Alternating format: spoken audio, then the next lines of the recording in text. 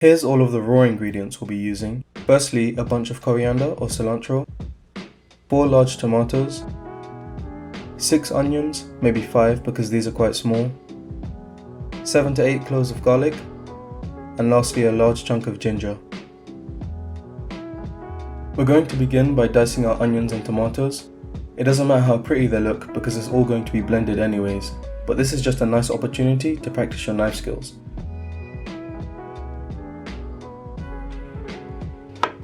Here I'm finally slicing the garlic and ginger, but to make things easier you could just use a grater to mince it, or even just buy the pre-made paste.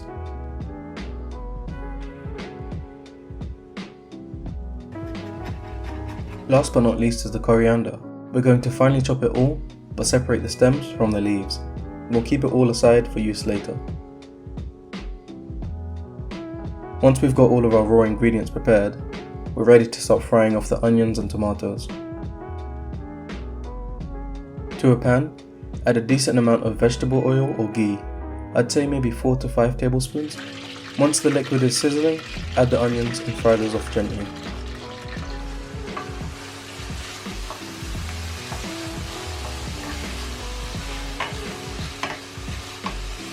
Next, we're going to add a Maggi cube and some salt. The salt will help to extract the moisture out of the onion, and the Maggi cube will bring a nice rich flavour.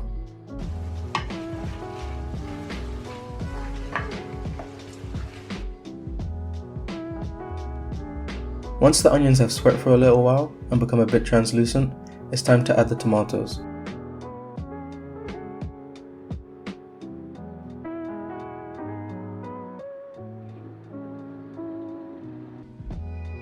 Again, we add a Maggi cube for flavour and salt to reduce the water content.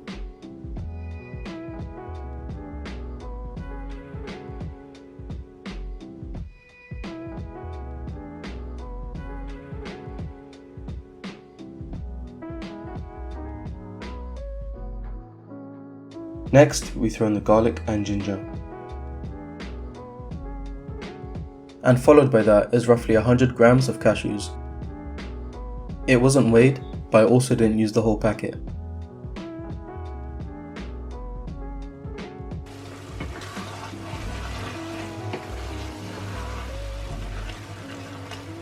This mixture by itself is just really tasty with a bit of bread.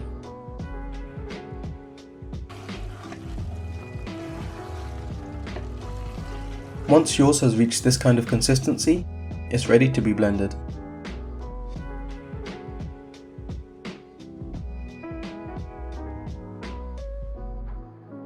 For this recipe, we're blending until smooth with no lumps.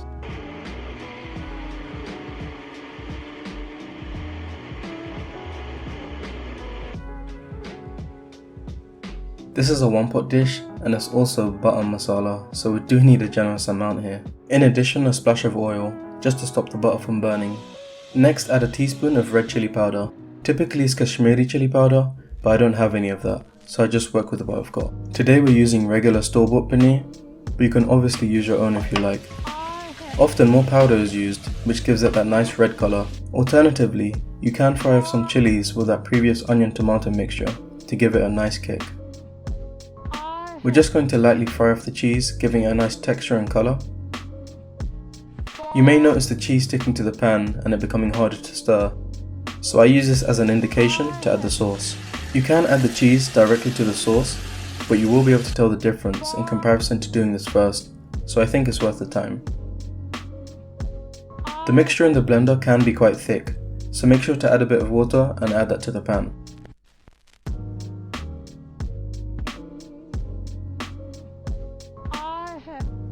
Now it's time for the spices.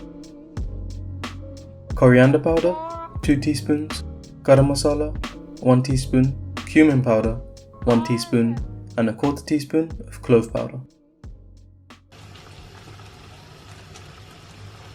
We're also going to add in those coriander stems that we chopped earlier.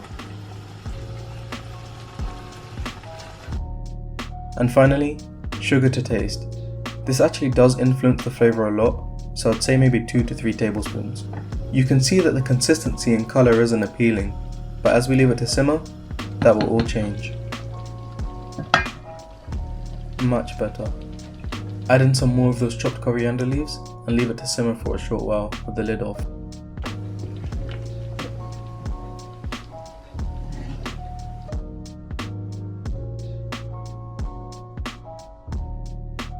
And now it's ready to serve.